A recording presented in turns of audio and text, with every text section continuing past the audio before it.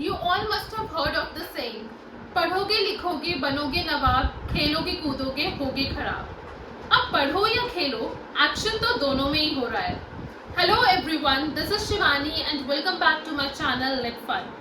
Today in this video we'll be discussing fourth part of speech, that is verbs. Well, what are verbs? Verbs are also known as the action words. Whatever we do or not do in the entire day, there are a lot of activities that are being done by us, and all of them come under the category of verbs. Even if we are not doing anything, we are at least sitting, sleeping, or we are actually breathing. So everything comes under the category verbs. We can take a few examples also, like dance, sing, play, etc. Now all these are main verbs. Why do we call them main verbs? Because they are telling us exactly which action is being done. Whether I am dancing, whether I am drinking, eating or singing, it is clearly described by the main verbs. Now apart from main verbs, we have another category of verbs which is known as primary auxiliaries.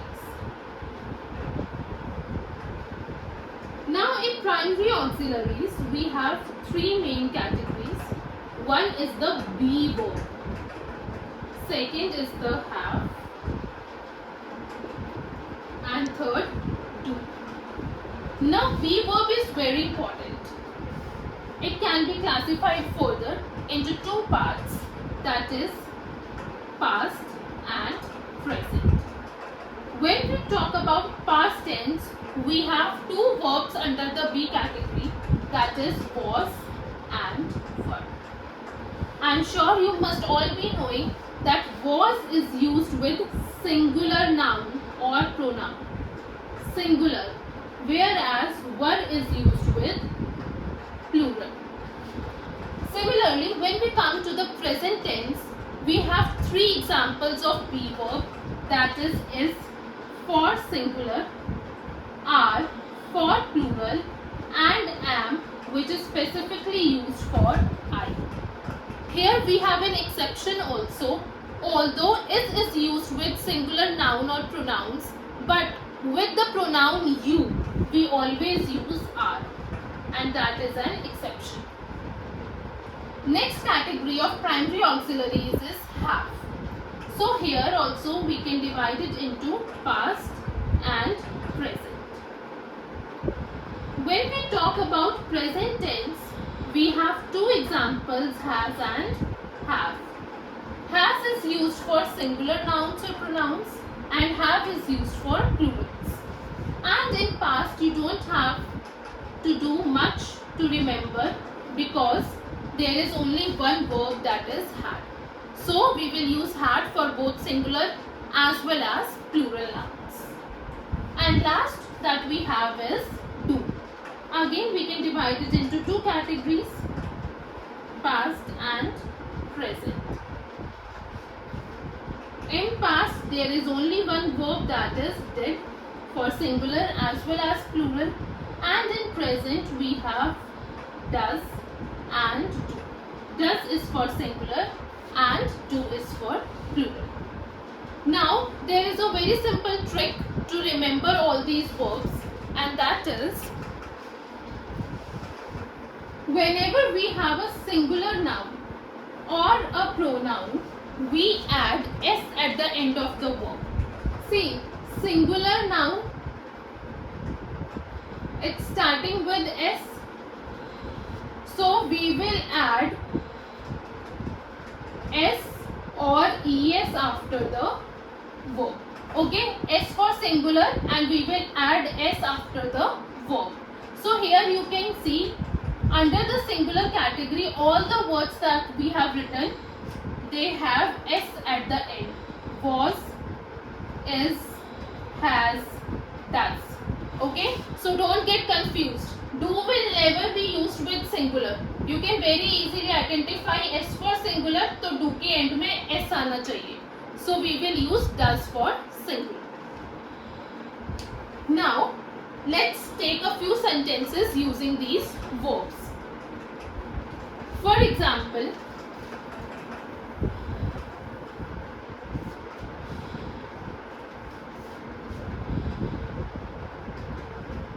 let's say she has been studying for 2 hours.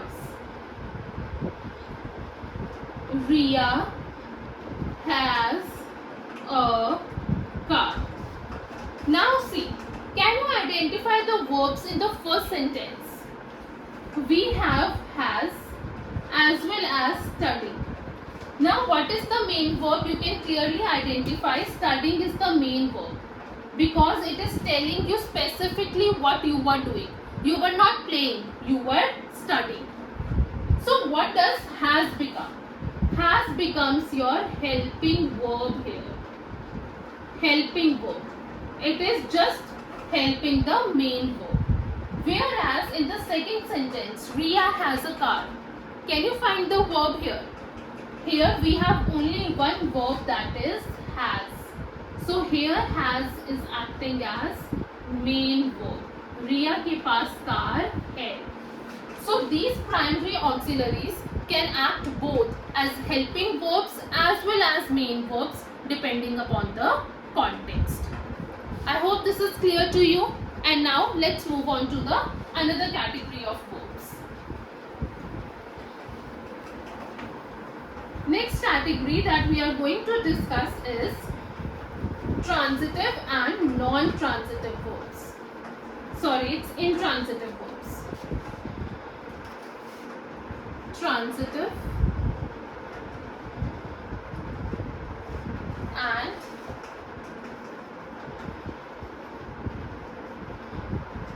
intransitive verbs. So how many of you have seen the transition videos? Like people are wearing one dress and in the second moment they are wearing some another dress. That is known as transition videos. Their clothes are changing again and again. Now, what is the most important thing in those transition videos? It is the object. It is their dress that is changing continuously.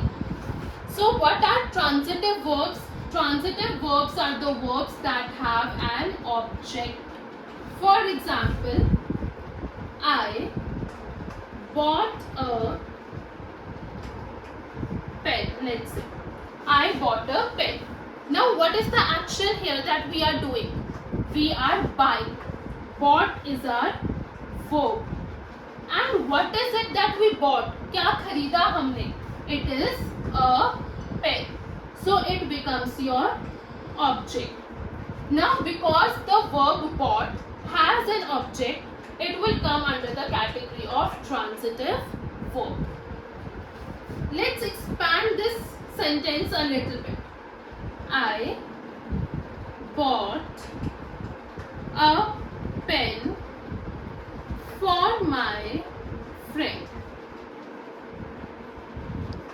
Now, again, bought is the verb, but we have two additional information here.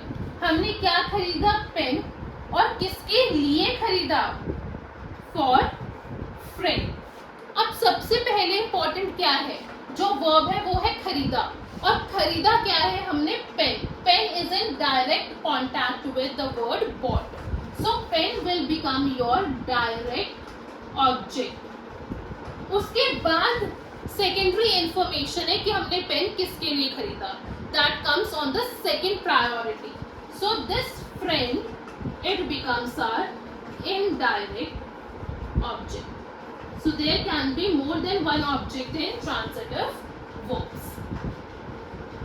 Now let's come to intransitive verbs. So transitive का opposite will be intransitive. That means these verbs do not require any object. For example, I sleep for 8 hours daily. Let's say. So what do? I sleep. But do I have any object here? No. So sleep becomes your intransitive verb. It does not require any object to complete its meaning. Now, after transitive and intransitive verbs, let's discuss another category, that is finite and non-finite verbs.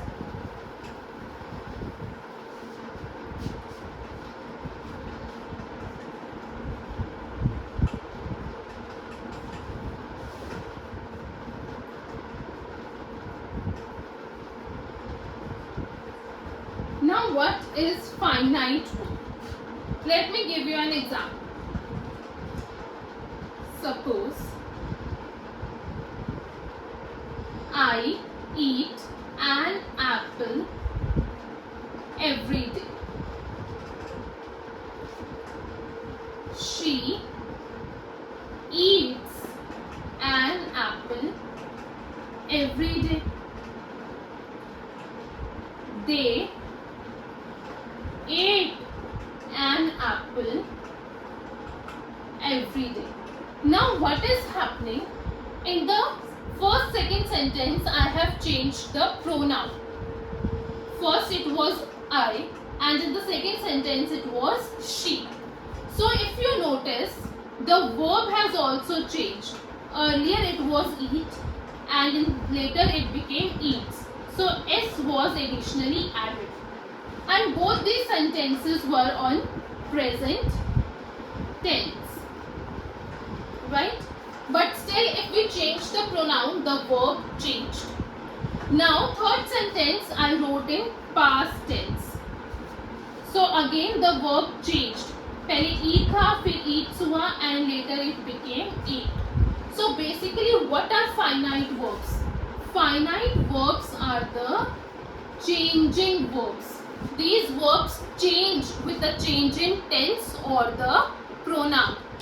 So if finite verbs are the changing verbs, then what will be the non-finite verbs? Non-finite verbs will be the non-changing verbs. How? Let's discuss in detail. We have three categories of non-finite verbs. The first one is infinitive.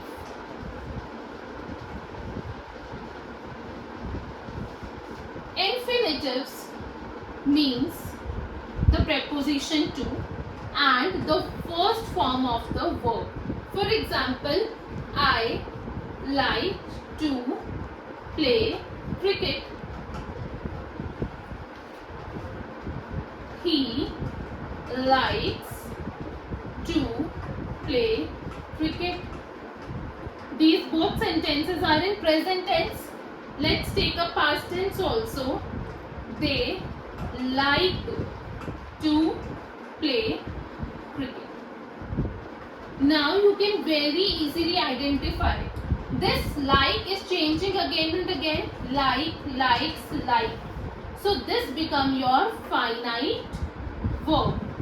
However, there is one more verb in all these sentences, that is to play, which remains same. We have changed the pronouns, we have changed the tenses, but this to play remains same. So this becomes an example of non-finite verb. And under non-finite verb, it is infinitive. Okay, infinitive always have to before the verbs and we always use the simple, the first form of the verb here. To plays, to played, to will play, ऐसा कभी नहीं होगा. It will be always first form of the verb. Now, the second type of non-finite verb is gerund and infinitives. Please listen to this concept carefully so that you do not get confused. Gerunds and third one is your participles.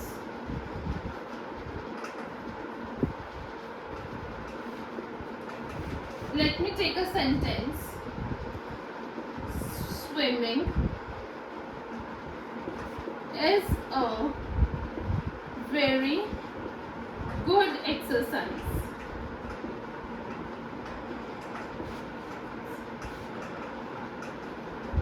He is swimming in the pool. Can you tell me the difference between the two? Here we are saying swimming is a very good exercise. We are just talking about swimming कि swimming है क्या, पर क्या हम swimming कर रहे हैं? No, we are not swimming. We are only talking about swimming. So here our swimming is acting as a subject जिसके बारे में हम बात कर रहे हैं. So it becomes your gerund. Whereas he is swimming in the pool. Here an action is being done. वो actually swim कर रहा है. This is a verb. So it will become your participle. Then you can also say my favorite exercise, or you can simply say I like swimming. Again, what do you like? You like swimming, but you are not swimming. You just like swimming. So here it is acting as an object. So gerunds are the ing verbs that act as subject or object, whereas participles act as the action words or the verbs. Apart from this, participles have one more function. For example, there are shining stars in the sky. So here we have the word shining.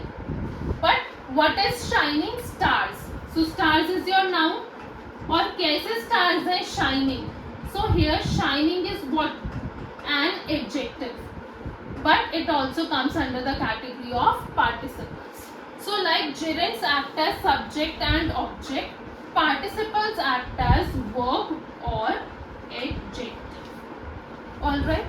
Participles can be in the present tense using ing verbs, and they can also be in the past tense.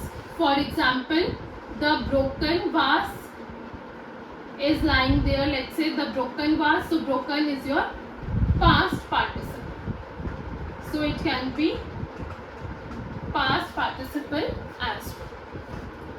And when you talk about perfect participle, then it will be having broken the vase. Let's say the child became scared or the child began to cry, anything. So it becomes your perfect participle. In perfect participle, we add having in the beginning, and which is followed by third form of the verb. So in this video, we have discussed three main types of verbs. The first category was the main verbs and primary auxiliary verbs. Second one was the finite, transitive and intransitive verbs. And the last one, third, is finite and non-finite verbs. Non-finite verbs are further classified into infinitives, gerunds and participles. I hope everything is clear to you. If you have any doubt, put them down in the comment section. We'll meet soon. Till then, bye bye and keep learning.